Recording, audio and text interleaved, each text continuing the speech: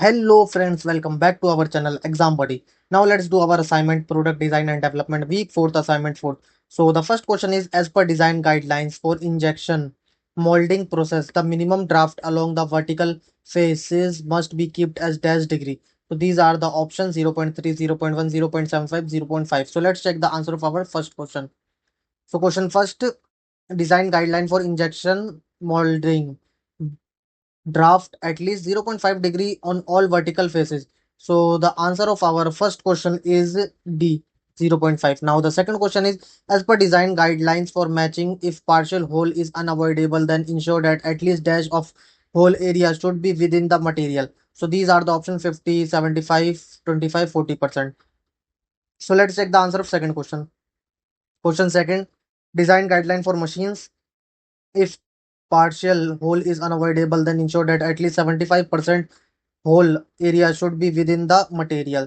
So the answer of our second question is B, 75. Now the third question is as per design guideline for injection molding process, the recommended range of wall thickness for polystyrene resin is in range dash inches. So these are the option and the answer of our third question. Let's check.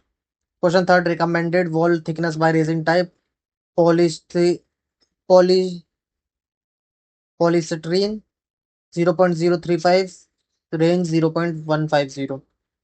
So the answer of our third question is A. Now the fourth question is what should be the range of fillet radius in a product design that is to be manufactured by casting process. So these are the option and let's check the answer of fourth question. Question fourth, use fillets within ready range from 3 to 25 mm. So the answer of our fourth question is D. Now the fifth question is the ratio of the total length of a part to its minimum diameter during the turning operation must be less than or equal to dash. So these are the options 6, 5, 8, 10. So let's check the answer of fifth question. Design guideline for machining ratio of total length of part to its minimum diameter should be less than or equal to 8.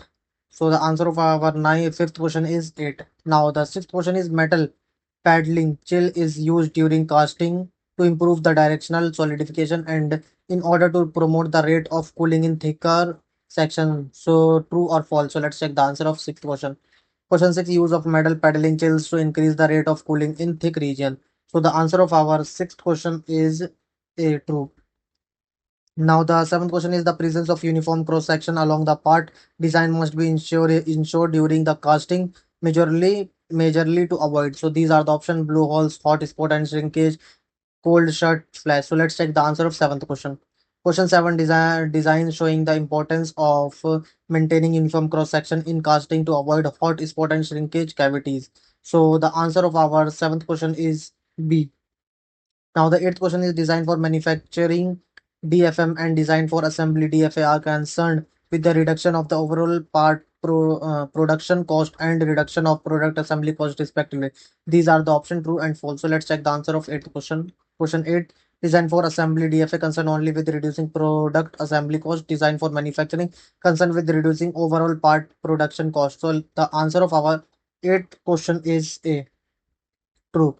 Now the ninth question is the manual assembly process is mainly categorized into. So these are the option insertion and fastening, handling both A and B, none. So let's check the answer of ninth question. Question ninth is the process of manual assembly can be divided into two separate areas, handling, insertion and fastening.